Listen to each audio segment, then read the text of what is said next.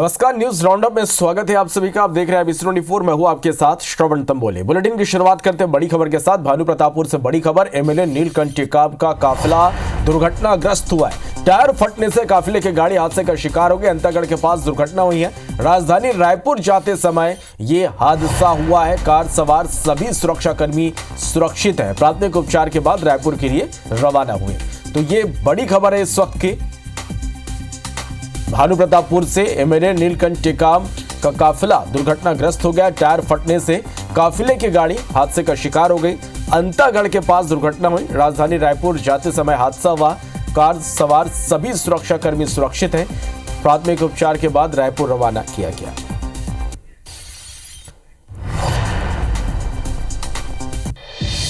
और इस बीच ग्वालियर से खबर, जहां शराबियों की दबंगई सामने आई। शराबियों ने मेडिकल स्टूडेंट्स की पिटाई की। शराब पीने से मना करने पर पीटा। पुराने चियारोग हॉस्पिटल के मिल्क पार्लर पर शराब पार्टी चल रही थी। मिल्क पार्लर के पीछे है JRMC medical students hostel. JRMC के मेडिकल छात्रों की गाड़ियां तोड़कर आरोपी भाग निकले। एक पुलिसकर्मी की छात्र के साथ अभद्रता करने का आरोप है। घटना से नाराज जूनियर डॉक्टरों ने चक्का जाम कर दिया। नासिर हमारे संवाददाता फोन लाइन पर जुड़ा। नासिर, क्या अपडेट इस खबर पर? देखिए, अभी भी ये चक्का जाम चल रहा है, हंगामा चल रहा है। और जैसा कि जूनियर डॉक्टर्स का ये कहना है कि मिल्क पार्लर है, कैंपस में मौजूद है, तो वहां पर कुछ लोग शराब पी रहे थे। उनको जूनियर डॉक्टर्स ने रोका, लेकिन रोकने के बाद उन्होंने शराब के नशे में उनके साथ अभद्रता की और साथ ही मारपीट कर दी। जैसे ही ये खबर लगी तो बाकी जूनियर डॉक्टर्स है वो भी मौके पर पहुंच गए।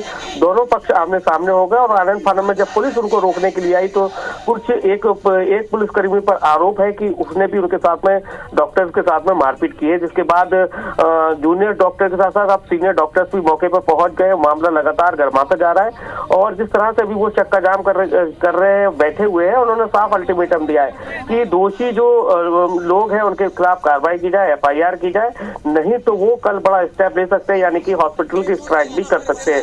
तो कुल मिलाकर देखा जाए तो अस्पताल अधीक्षक और पुलिस के सीनियर ऑफिसर्स हैं वो पहुंच गए हैं। दोनों के बीच में समन्वय बैठाने की कोशिश कर रहे हैं। अगर बीच का रास्ता नहीं निकलता है तो कल सुबह जयरोग अस्पताल में एक डॉक्टर्स की स्ट्राइक भी देखने को मिल सकती है। चलिए, बहुत शुक्रिया इस पूरी जानकारी के लिए।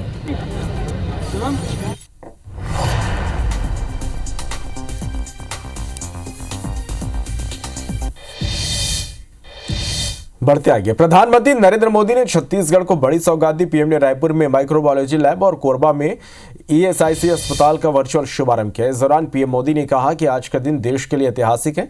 मैंने भारत सरकार को दिल्ली से बाहर निकालकर देश के कोने कोने तक पहुंचा दिया। पूरा देश अब की बार 400 पार का विश्वास कर रहा है। हमने अपनी इमरजेंसी सुविधाओं में भी काफी सुधार किया। गुजरात प्रदेश भाजपा मंत्री इसके लिए माइक्रोबायोलॉजिकल लैब का शुभारंभ हुई है। इससे पूरे राज्य की जनता को किसी भी प्रकार की जो खाद्य सामग्री हैं उसमें मिलावट के साथ साथ ऐसे तत्व जो नहीं मिलाए जाते हैं लेकिन लापरवाही जरा सी भी होती है तो ये विषाक्त हो जाता है, इसके रोकथाम के लिए एक बड़ा प्रयोगशाला मिला है।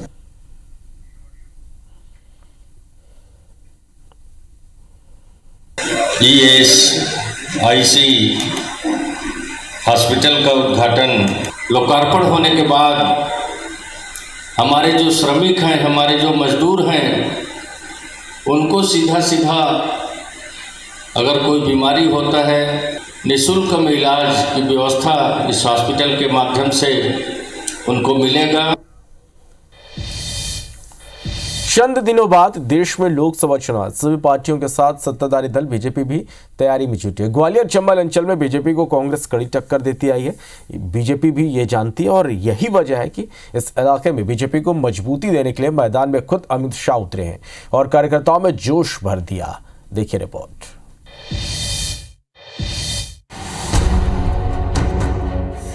मिशन MP पर शाह, कार्यकर्ता में भरा जोश, हासिल करेंगे 370।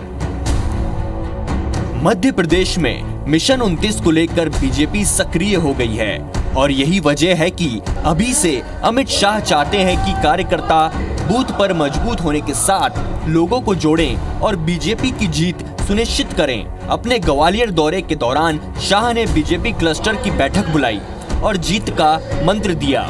शाह ने कहा कि सरकार की जनहित की अच्छी योजनाओं और कामों को जन जन तक पहुंचाएं। हर बूथ पर 370 नए वोटर जोड़ें, फिर 370 का टारगेट दूर नहीं।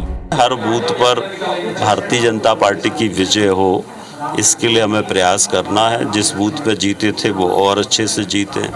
मीटिंग में ग्वालियर, मुरैना, भिंड, गुना, शिवपुरी लोकसभा क्षेत्रों के मंत्री, प्रबंध समिति, कोर समिति, सांसद, विधायक, पूर्व सांसद, पूर्व विधायक, क्लस्टर प्रभारी, संगठन प्रभारी, जिला अध्यक्ष, जिला प्रभारी शामिल हुए। चारों लोकसभा क्षेत्रों से 100 पदाधिकारी और कार्यकर्ता भी पहुंचे। रणनीति वही है जो हमारी विधानसभा चुनाव में थी, और विधानसभा चुनावों में हम इतनी मेहनत कर चुके हैं जमीनी तौर पर कि हमको तो एक बार उसी काम को दोहराना भर है। साल 2023 के विधानसभा चुनाव में 4 लोकसभा की 34 विधानसभा सीट में से 16 कांग्रेस और 18 भाजपा के पास हैं। पिछले लोकसभा चुनाव में श्योपुर में भाजपा को कम वोट मिले थे, लेकिन बीजेपी नेताओं का मानना है कि शाह के दौरे से स्थिति बदल सकती है। भारतीय जनता पार्टी का अच्छा संगठन है, परिश्रमी कार्यकर्ता है, इसलिए कांग्रेस मुक्त बूथ मध्य प्रदेश के अंदर होना चाहिए। भारतीय जनता पार्टी का कमल हर बूथ पर खिले, इसके लिए हमें सभी कार्यकर्ताओं को मिलजुल कर परिश्रम करना है। अमित शाह जी मतलब वो कार्यकर्ताओं में ये विश्वास जताने में सफल हुए हमेशा कि अगर हम सोच लें तो कहीं पर भी चुनाव जीत सकते। हर घर तक राज्य और केंद्र की योजनाओं के पहुंचाने के साथ हर बूथ पर अभी से संपर्क बढ़ाने से विजय से कोई नहीं रोक सकता। शाह के इस मंत्र को कार्यकर्ताओं ने गांठ बांधकर भी रख लिया है। नासिर गौरी, IBC 24, ग्वालियर। प्रधानमंत्री नरेंद्र मोदी ने देश को कई सुविधाओं की सौगात दी। पीएम ने वीडियो कॉन्फ्रेंसिंग के जरिए राजधानी भोपाल को 2 बड़ी सौगात दी। पीएम ने एम्स हॉस्पिटल में रैन बसेरे के साथ ही अरेरा हिल्स में CGHS वेलनेस सेंटर की नई बिल्डिंग का वर्चुअली उद्घाटन किया। CGHS वेलनेस सेंटर का संचालन फिलहाल जहांगीराबाद से किया जा रहा था, लेकिन नए बिल्डिंग की सौगात मिलने से यहाँ सुविधाओं में भी इजाफा होगा। आज CGHS के इस इंटीग्रेटेड बिल्डिंग का उद्घाटन लोकार्पण माननीय प्रधानमंत्री जी द्वारा वर्चुअली राजकोट से किया जा रहा है। इस इंटीग्रेटेड बिल्डिंग में न केवल क्लिनिकल सर्विसेज बल्कि ऑफिसेज भी बेस्ड होंगे। इसमें क्लिनिकल सर्विसेज में एलोपैथिक सर्विसेज और आयुष सर्विसेज दोनों होंगी। इसके अलावा वेलनेस सेंटर्स भी होगा। हमारे माननीय सांसदगण हैं, पूर्व सांसदगण हैं, उन सभी को एक तरफ स्वास्थ्य सुविधाएं उपलब्ध कराने में सुविधा मिलेगी। भोपाल में केंद्रीय गृह मंत्री अमित शाह ने प्रबुद्ध जनों के सम्मेलन में शिरकत की। सम्मेलन को संबोधित करते हुए केंद्र सरकार का बखान किया। उन्होंने कहा कि 10 साल की सरकार पर एक भी भ्रष्टाचार का आरोप नहीं लगा। सीमा पर अब किसी की हिम्मत नहीं कि आंख उठाकर देखे, और कोई जरूरत करता तो सर्जिकल स्ट्राइक से जवाब दिया जाता है। आज़ादी के बाद हुए चुनाव का विश्लेषण करें तो ये जातिवाद, परिवारवाद, तुष्टीकरण और भ्रष्टाचार से लिप्त रहे। हमारे देश का लोकतंत्र ये 4 नासुरों के बीच में बट रहा, लेकिन पीएम मोदी ने 10 साल के अंदर ही इन चारों नासुरों को नष्ट कर पॉलिटिक्स ऑफ परफॉर्मेंस की स्थापना की। और राहुल गांधी पर तंज कसते हुए कहा कि राहुल ऐसा रॉकेट है जिन्हें 20 साल से लॉन्च करने की कोशिश की जा रही, लेकिन वो कभी लॉन्च नहीं होते। इधर इंडी गठबंधन पर निशाना साधते हुए कहा कि गठबंधन के सातों पार्टियों के नेताओं को अपने बेटे बेटियों की चिंता है, देश की चिंता नहीं है। ये नहीं चाहते कि गरीब का चाय बेचने वाला बेटा प्रधानमंत्री बने। इतने नहीं, शाह ने विपक्ष की तुलना कौरवों से करते हुए कहा कि आज 2 खेमे खड़े हैं, जैसे महाभारत के युद्ध में 2 खेमे खड़े थे, एक ओर पांडवों का खेमा और दूसरी ओर कौरवों का।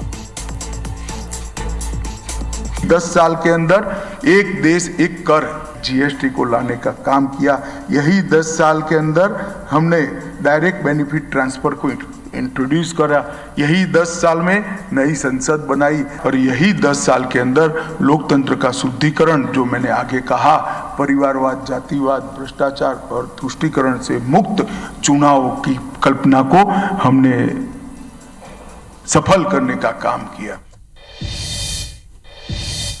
लोकसभा चुनाव की तैयारियां तेज हो गई। आज गृह मंत्री अमित शाह ने ग्वालियर की 4 लोकसभा सीटों की बैठक ली। बैठक में एससी मोर्चा के राष्ट्रीय अध्यक्ष लाल सिंह आर्य शामिल हुए। बैठक से पहले उन्होंने कहा कि पूरे देश में बीजेपी की लहर है। बीजेपी एक बार फिर से सरकार बनाएगी। प्रदेश के 29 की 29 सीटें जीतेंगे। इसके साथ ही जब उनसे पूछा गया कि आप भी चुनाव लड़ने जा रहे हैं तो उन्होंने कहा कि पार्टी जो आदेश देगी उस पर काम करूंगा। आपको बता दें कि लाल सिंह आर्य भिंड दतिया लोकसभा सीट से बीजेपी के प्रबल दावेदार माने जाते हैं। फिर एक बार मोदी सरकार, ये जो मंत्र है ये आम जनता का विश्वास बन चुका है, क्योंकि मोदी जी ने पिछले 10 वर्षों में जो कुछ काम किया है गरीब कल्याण के लिए, देश के सशक्तिकरण के लिए, किसानों के लिए, बेरोजगारों के लिए, महिलाओं के सशक्तिकरण के लिए, इसलिए आम आदमी आज कह रहा है कि मोदी जी की सरकार तीसरी बार बनाएंगे। कार्यकर्ता होने के नाते, सिपाही होने के नाते हर चीज़ के लिए हम तैयार रहते हैं। कवर्धा के लालपुर में सादराम हत्याकांड के आरोपी के खिलाफ जिला अधिवक्ता संघ भी लामबंद हो गया। मामले में 6 आरोपियों की गिरफ्तारी हुई, जिसमें एक नाबालिग भी शामिल है। हत्याकांड के आरोपियों के पक्ष में अधिवक्ता संघ ने पैरवी नहीं करने का फैसला लिया। जिला अधिवक्ता संघ के अध्यक्ष साहू ने बताया कि सादराम की जघन्य हत्या को लेकर कचलाल यादव ने अधिवक्ता संघ को आवेदन देकर हत्या के आरोपियों के पक्ष में पैरवी नहीं करने की मांग की थी। संघ के अधिवक्ताओं ने सर्वसम्मति से निर्णय लिया कि वो सादराम हत्याकांड के आरोपियों के पक्ष में पैरवी नहीं करेंगे। आपको बता दें कि लगातार इस मामले को लेकर सड़क से लेकर सदन तक राजनीति गरमाई हुई है। 21 जनवरी को सादराम यादव की गला काटकर बेरहमी से हत्या कर दी गई थी। ग्राम लालपुर निवासी सादराम यादव जी जो गौ सेवक थे, उनकी निर्मम हत्या कुछ असामाजिक तत्वों के द्वारा कर दी गई है और जन भावना को देखते हुए हमारे जिला अधिवक्ता संघ कबीरधाम के द्वारा भी सर्वसम्मति से ही आरोपी गणों के पक्ष में कोई पैरवी नहीं करने का निर्णय लिया गया। केंद्र सरकार की महत्वाकांक्षी योजना अमृत सरोवर में गौरेला जनपद पंचायत में घोटाले का खुलासा हुआ। IBC 24 ने इस खुलासा किया था, जिसमें बतलाया था कि किस प्रकार गौरेला जनपद के अधिकारियों और सरपंच इंजीनियर ने साठगांठ करते हुए रेलवे के द्वारा खोदे गए गड्ढे को अमृत सरोवर बना दिया और लाखों का घोटाला किया था। मामले में जांच के बाद मनरेगा लोकपाल ने अधिकारियों को दोषी माना। करीब 13.25 लाख रुपए के घोटाले की राशि की वसूली की कार्रवाई की गई। वहीं अब अधिकारी ही लोकपाल की कार्रवाई पर प्रश्न खड़े कर रहे हैं। इस बारे में गौरेला के तत्कालीन सीईओ डॉक्टर संजय शर्मा ने रायपुर के अपीली प्राधिकरण में अपील दर्ज करते हुए कहा कि लोकपाल को अमृत सरोवर में कार्रवाई करने का अधिकार नहीं है। उन्होंने कार्रवाई को नियम विरुद्ध बताया, जबकि मनरेगा में मजदूरी की राशि सीधे मजदूरों के खाते में जाने की दुहाई देते हुए बचाव का प्रयास किया। एसडीओ को जो मैन तकनीकी स्वीकृति इंजीनियर को बनाया है, उन्होंने उसी पर जो मैन तकनीकी स्वीकृति देने का जिसका अधिकार है और साइट सिलेक्शन का फाइनलाइजेशन करता है एसडीओ, उसको दरकिनार किया गया है। कहीं ना कहीं इसमें त्रुटि हुई है निर्णय में, तो इसके निर्णय को रिव्यू करने की आवश्यकता है। जो भी दोषी पाए जाएंगे इस पे अपन इसको संज्ञान लेकर के भी जांच कराई जाएगी। टीम का जो जांच जो रहेंगे टीम का, उसके माध्यम से जो बातें स्पष्ट होंगी उस पर फिर विधिवत कार्रवाई करेंगे। सूरजपुर के प्रतापपुर इलाके में होटल संचालक ने अपने 10 साल के बेटे का जंगल में कंकाल मिला। आरोप है कि पड़ोसियों ने हत्या के बाद शव को जलाया। पुलिस ने पड़ोस में रहने वाले 2 आरोपियों को गिरफ्तार किया। वहीं घटना से नाराज परिजनों ने आरोपियों के घर में तोड़फोड़ कर दी, साथ ही 2 वाहनों में आग लगा दी। परिजन आरोपियों को फांसी देने की मांग कर रहे हैं। तनाव को देखते हुए इलाके में बड़ी संख्या में पुलिस बल तैनात किया गया। बता दें कि 29 जनवरी को होटल संचालक ने 10 वर्षीय बेटे ऋषु कश्यप का अपहरण हुआ था। आरोपियों ने 6 लाख रुपए की फिरौती की मांग की थी। अपराधी का घर सर यहाँ नहीं रहना चाहिए। इस तरीके का अपराधी अपने शहर में, और ऐसा पड़ोसी नहीं चाहिए सर किसी को, और ऐसा अपराधी पूरे प्रतापपुर में ना हो। तो क्या चाहते हैं आप लोग? हम लोग चाहते हैं सर कि जैसा कि अब हो रहा है और ये बहुत जरूरी है, अपराधी का घर बुलडोजर से तोड़ा जाए। 29 तारीख को प्रतापपुर थाना क्षेत्र का एक बालक गुम हो गया था, जिसकी शुरू से ही लगातार पुलिस अधीक्षक महोदय के निर्देश में ही तलाश जारी थी। और आज उस गुम बालक के केस में एक अहम सुराग हाथ लगा है और पुलिस लगातार उसमें जांच में जुटी हुई ही है। राजनांदगांव पुलिस ने सेक्सटॉर्शन गैंग का खुलासा किया। पुलिस ने अलग अलग राज्यों से गिरोह के 6 आरोपियों को गिरफ्तार किया। इन्हीं आरोपियों की ब्लैकमेलिंग से तंग आकर घुमका के पुखराज वर्मा ने अपनी जान दी थी। पुलिस ने बताया कि आरोपियों ने वीडियो कॉल के जरिए उसका अश्लील वीडियो बना लिया था। ब्लैकमेल करने लगे थे, जिससे तंग आकर पुखराज ने सुसाइड कर लिया। जांच के बाद आरोपी विक्की तंवर, अनीश खान, इरशाद खान को राजस्थान की भिवाड़ी से और विवेक निर्वेश को यूपी के पहाड़ी कला से गिरफ्तार किया गया, जबकि उनको फर्जी सिम उपलब्ध कराने वाले आरोपी विवेक अहिरवार और विजेंद्र यादव एमपी के अशोकनगर से इन्हें गिरफ्तार किया गया। लिंक आता है, लिंक वो खोलता है व्हाट्सएप में।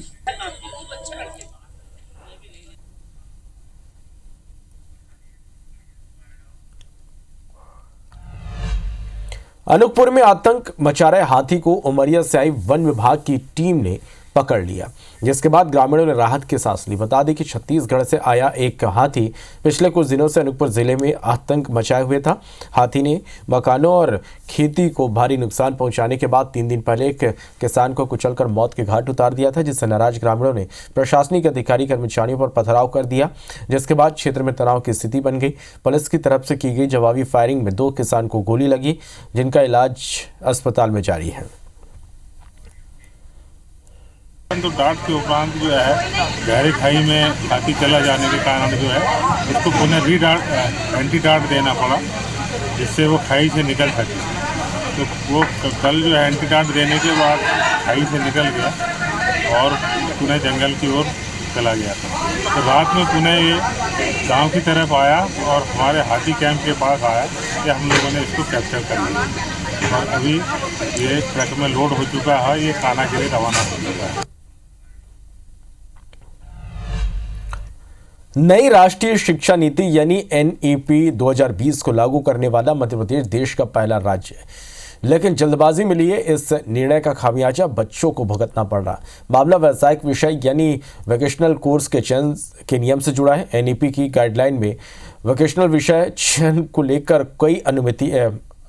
वहीं इसके विपरीत देवी अहिल्या विश्वविद्यालय नोटिफिकेशन जारी किया कि प्रथम वर्ष में प्रवेशित छात्र को सेकंड और थर्ड ईयर में बदला नहीं जा सकेगा। इससे बच्चों में भारी असमंजस है। छात्र नेताओं का कहना है कि अगर ऑर्डिनेंस को मान्य किया जाए तो उच्च शिक्षा विभाग ने गाइडलाइन में गलत जानकारी प्रकाशित की। वहीं DAVV भी छात्रों के भविष्य के साथ खिलवाड़ कर रहा, दोनों में समन्वय ही नहीं है। इस मामले को लेकर DAVV ने एग्जाम कंट्रोलर डॉक्टर आशीष तिवारी ने स्पष्ट किया कि DAVV गाइडलाइन को नहीं बल्कि ऑर्डिनेंस को मानता है और उसी आधार और उच्च शिक्षा विभाग के निर्देशों के अनुसार नोटिफिकेशन जारी किया गया।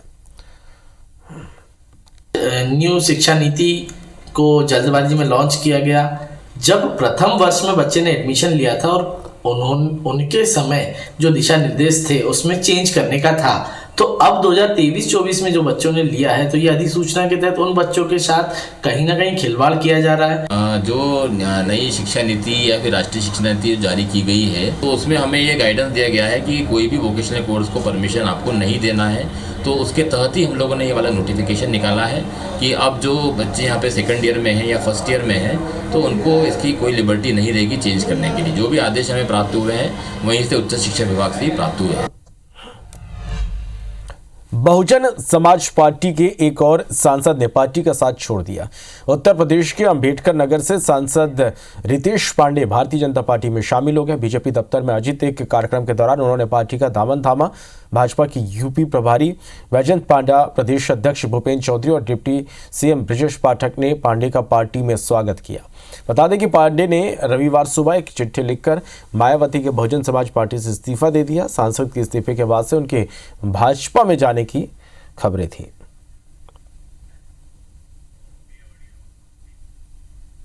मैं देश के गृह मंत्री जी का, जिन्होंने निरंतर मुझे इस पूरी जर्नी में अपना गाइडेंस देने का काम किया है, मैं उनका भी धन्यवाद देना चाहता हूं।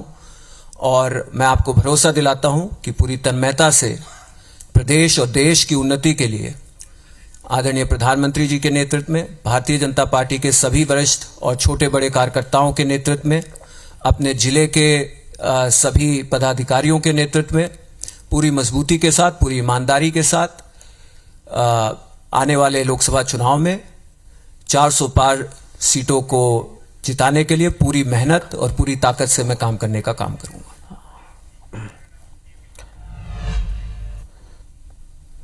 WWE के मशहूर रेसलर द ग्रेट खली बैतूल पहुंचे। उन्होंने बालाजीपुरा में आयोजित दंगल में बतौर चीफ गेस्ट शिरकत की। उन्होंने दंगल में हिस्सा ले रहे पहलवानों को टिप्स दिए।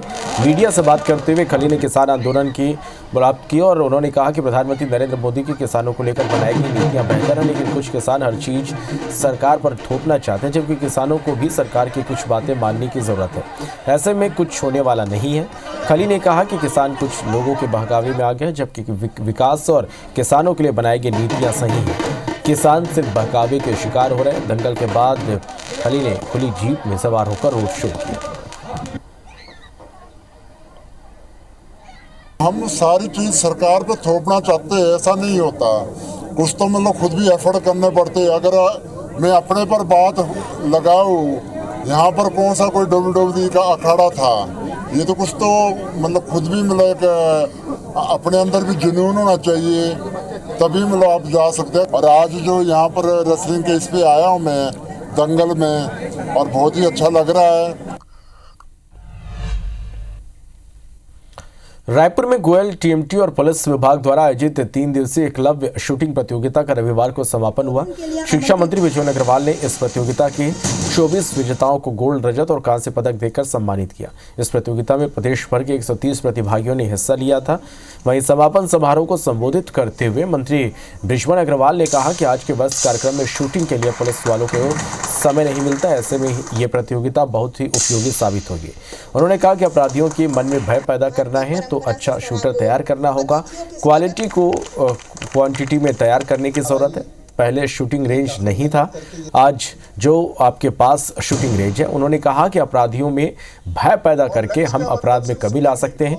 पुलिस ग्राउंड में आयोजित कार्यक्रम में एसपी संतोष सिंह भी विशेष रूप से उपस्थित रहे। मंत्री जी का विशेष आभारी हूँ कि सर आप शूटिंग में निपुण होंगे तो अपराधियों में इससे डर पैदा होगा और अपराध को नियंत्रण के लिए ये ज़्यादा ज़रूरी है। मैं इस पुलिस रेंज के उद्घाटन के अवसर पर पूरे पुलिस विभाग को और साथ में आम लोग भी जो शूटिंग सीखना चाहते हैं उसके लिए भी इसको खोला जाएगा। मेरी बहुत बहुत शुभकामनाएं और बधाई। काफ़ी दिनों से इंतज़ार था इस इवेंट का हम लोगों को, और यहाँ के जो एसपी साहब ने जो एक आयोजन किया, काफ़ी अच्छा आयोजन था। बहुत अच्छे मिलेंगे जो अभी जिनको मेडल मिल रहे हैं, इनसे सब प्रेरित होके इस बार बहुत भीड़ बढ़ी है और इस बार का प्रयास पहली बार हुआ है जो बहुत हद तक सफल रहा है। हम लोग की तो प्रैक्टिस नहीं हो पाती है। मैं दंतेवाड़ा जिले से आई हूँ तो कभी बस पहली बार आके यहाँ पे किए हैं, बस जब गेम होता है तभी आके करते हैं। पुलिस में तो ड्यूटी के साथ में जो है प्रैक्टिस के लिए टाइम निकालना बहुत थोड़ा सा मुश्किल की चीज़ है, लेकिन अगर अपने लक्ष्य को अगर आगे अगर रखना है तो उसके लिए हमको अपने टाइम निकालना पड़ेगा। राष्ट्र संत शिरोमणि आचार्य श्री विद्यासागर महाराज जी को रविवार को राजधानी रायपुर के शहीद स्मारक में वन्यांजलि दी गई। कार्यक्रम का आयोजन सकल जैन समाज ने किया। कार्यक्रम में सांसद सुनील सोनी, कैबिनेट मंत्री विजय अग्रवाल, विधायक राजेश मूणत, पुरंदर मिश्रा सहित सर्व समाज प्रमुख शामिल हुए। इस दौरान मंत्री विजय अग्रवाल ने कहा कि जल्दी आचार्य विद्यासागर महाराज के नाम पर पुरस्कार विद्यापीठ की स्थापना और आदर्श गौशाला का निर्माण किया जाएगा। वहीं भिलाई में भी वन्यांजलि सभा का आयोजन किया गया, जिसमें जैन समाज के लोगों के साथ जनप्रतिनिधि शामिल हुए। इस प्रकार गोरेला में भी जैन समाज ने सभा का आयोजन किया, जिसमें बड़ी संख्या में विधायक सहित सभी समाज के लोग शामिल हुए।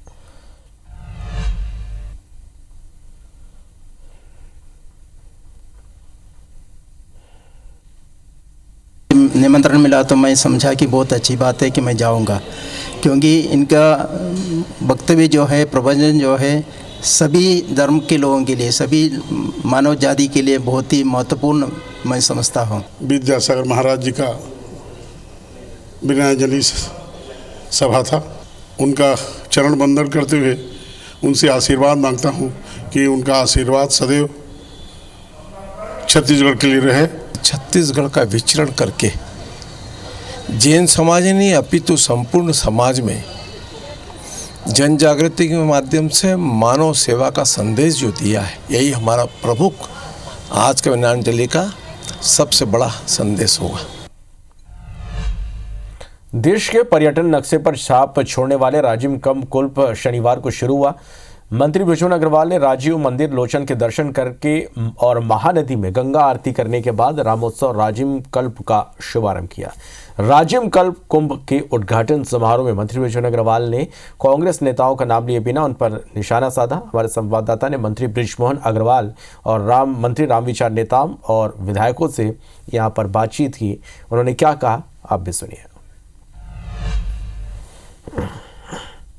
भगवान राजीव लोचन जी की कृपा से, भगवान कुलेश्वर महादेव की कृपा से, प्रभु वल्लभाचार्य जी के आशीर्वाद से एक बार फिर से राजिम कुंभ अपने पुराने वैभव और पुरानी भव्यता के साथ में छत्तीसगढ़ की धार्मिक पहचान बनाने वाला उत्सव बने। जो हमारी कल्पना थी वो पुनः उसकी तरफ हम आगे बढ़ रहे हैं। जैसे अयोध्या को लेकर राजनीति होती थी, टकराव होता था, राजिम कुंभ को लेकर भी पुण्य मेला और इसको राम, जबकि राम के नाम पे हो रहा है, रामोत्सव थीम है।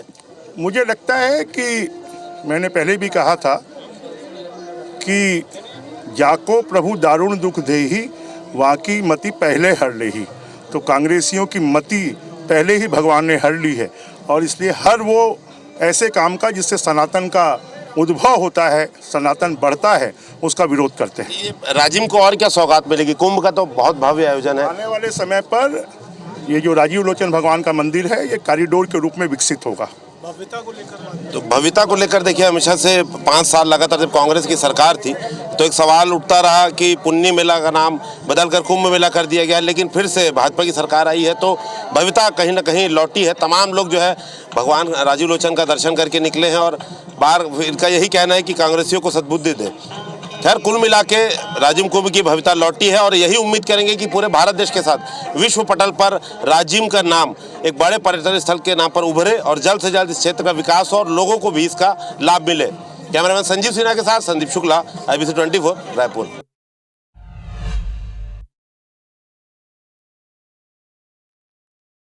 के अवसर पर आयोजित 3 दिवसीय सिरपुर महोत्सव का शुभारंभ महासमुंद के विधायक योगेश्वर राजू सिन्हा ने महानदी तट पर गंगा आरती और दीपदान कर किया।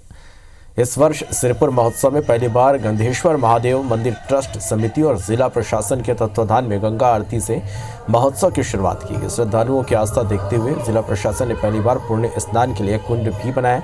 इस अवसर पर जनप्रतिनिधि, अधिकारी, ट्रस्टी के सदस्यों और स्थानीय ग्रामीणों के अलावा मेले में आने वाले श्रद्धालु बड़ी संख्या में शामिल हुए। वहीं जांजगीर चांपा की धार्मिक नगरी शिवनारायण की महानदी के त्रिवेणी संगम में गंगा आरती का आयोजन हुआ। शिवनारायण में बीते 25 वर्षों से गंगा आरती की परंपरा चली आ रही। यहाँ बड़े महाराज गोपाल दास, शिवनारायण मठ के मठाधीश राष्ट्रीय महंत राम सुंदर दास, SP विवेक शुक्ला मौजूद थे। गंगा महाआरती की चंपा सेवा संस्थान के सदस्यों ने तैयारी की थी और भक्ति गीतों के साथ गंगा महाआरती की गई।